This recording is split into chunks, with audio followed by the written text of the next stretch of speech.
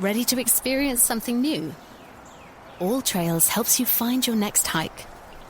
Whether you're looking for something nearby or planning a trip, read reviews from real people like you to choose your trail and know what to expect.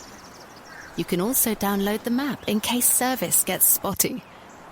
Plan and experience your next hike with All Trails, the app for exploring the outdoors. Download it today and find your outside.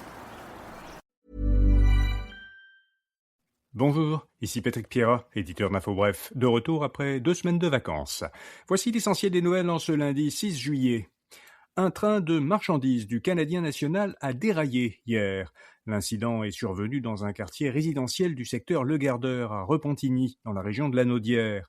Un périmètre de sécurité a été mis en place, les résidents du secteur ont été évacués, l'électricité a été coupée de façon préventive.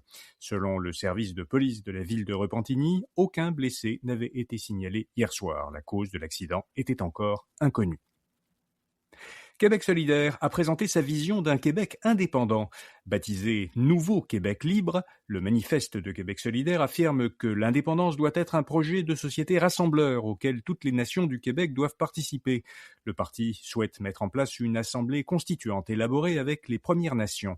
Cette assemblée consulterait la population pour rédiger un projet de constitution. L'indépendance serait déclarée à la suite d'un référendum portant sur ce projet.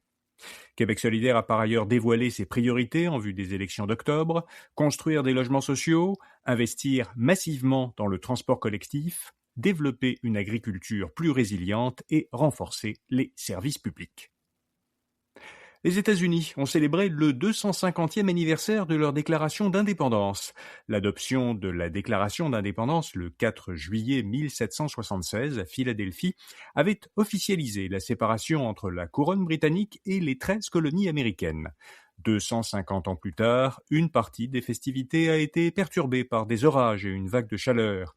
Donald Trump a prononcé son discours tard samedi soir, après que la foule a été évacuée à cause des intempéries. D'imposants feux d'artifice ont été tirés dans plusieurs villes. À Washington, plus de 850 000 pièces d'artifice ont été lancées. Ce serait le plus gros feu d'artifice jamais exécuté. Selon un sondage du cabinet de recrutement Robert Half, la proportion des Canadiens qui occupent un emploi professionnel et qui prévoient d'en chercher un nouveau au cours des 6 prochains mois est passée de 26% il y a un an à 44% dans les dernières semaines. Les professionnels qui songent à changer d'emploi cherchent en priorité de meilleurs avantages sociaux, de meilleures perspectives d'avancement professionnel, une rémunération concurrentielle, plus de flexibilité et des possibilités de travail à distance. Les principaux promoteurs de l'intelligence artificielle investissent des milliards de dollars pour accélérer l'adoption de leur technologie. Amazon Web Services, AWS, et Microsoft ont chacune lancé ces derniers jours une société indépendante chargée d'aider les entreprises à intégrer des outils d'intelligence artificielle dans leurs activités. AWS et Microsoft ont respectivement investi 1 milliard de dollars américains et 2,5 milliards de dollars américains dans ces nouvelles sociétés.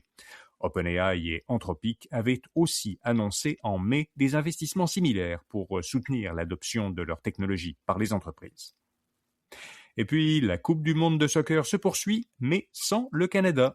Les Canadiens ont été éliminés en 8e de finale. Ils se sont inclinés samedi 3-0 contre le Maroc. Le Canada a néanmoins réalisé sa meilleure performance en Coupe du monde. L'équipe canadienne a, pour la première fois, inscrit un point, mais aussi remporté un match et atteint les 8e de finale. En quart de finale, la France affrontera le Maroc jeudi et la Norvège affrontera le Mexique ou l'Angleterre samedi. Voilà, vous savez l'essentiel. InfoBref publie aujourd'hui le bilan mensuel de la bourse du mois de juin de notre collaborateur Anthony Ménard. Ce bilan est habituellement publié dans notre infolettre mensuelle InfoBref Votre Argent, mais elle fait relâche ce mois-ci. Alors vous trouverez le bilan dans notre infolettre quotidienne d'aujourd'hui, en accueil d'infobref.com et en lien dans la description de cet épisode. Bonne journée et à demain matin.